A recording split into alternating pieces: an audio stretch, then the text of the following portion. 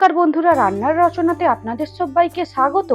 আজকের recipe cake. Oreo biscuit দিয়ে যে এত সুন্দর কেক বানানো যায় আপনারা না দেখলে বিশ্বাসই করবেন না। তার জন্য নিয়ে নেব একটা বোল, তাতে ওরিও বিস্কুটগুলো দিয়ে দেব। আমি এইখানে 3 প্যাকেট ওরিও বিস্কুট ইউজ করেছি।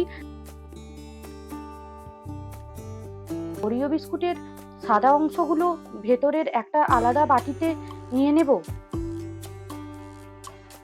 একটা মিক্সিং জার নিয়ে নেব। ওরিও বিস্কুটগুলো দিয়ে দেব, কিছুটা পরিমাণ দুধ দিয়ে দেব, কিছুটা পরিমাণ চিনি দিয়ে দেব। একসঙ্গে খুব ভালো করে মিক্সিং করে নেব।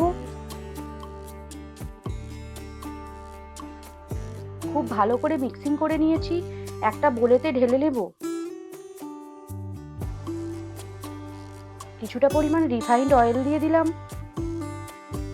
একটা ইনো দিয়ে দিলাম।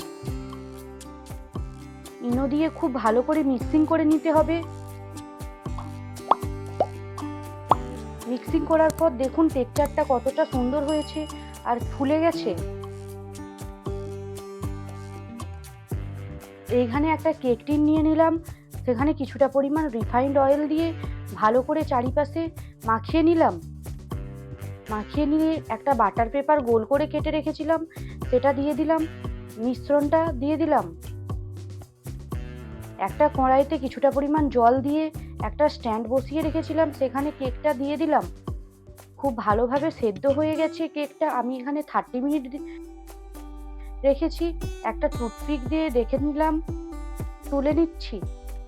ওই কড়াইতে বিস্কিটের সাদা অংশটা, কনডেন্স মিল্ক, কিছুটা পরিমাণ নর্মাল দুধ দিয়ে খুব ভালোভাবে মিশিয়ে নিচ্ছি।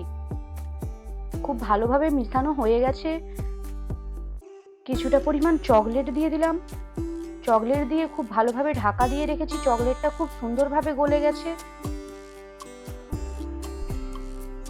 কেকটাও খুব ঠান্ডা হয়ে গেছে।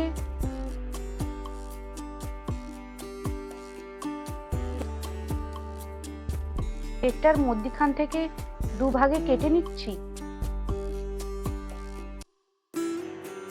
কত সুন্দর নরম তুলতুলে হয়েছে দেখেছেন বন্ধুরা। যে ক্রিমটা তৈরি করে রেখেছিলাম সেটা দিয়ে দিলাম।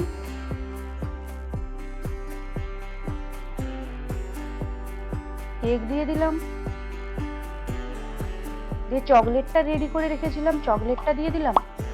চকলেট দিয়ে খুব সুন্দরভাবে মিশিয়ে নিচ্ছি। উপরে কিছুটা পরিমাণ টুটি ফুটি দিয়ে গার্নিশিং করে নিলাম। আমার ওরিও বিস্কুটের কেক রেডি।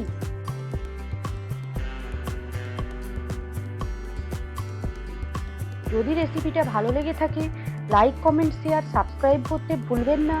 দেখা হবে নতুন রেসিপির সঙ্গে। ধন্যবাদ।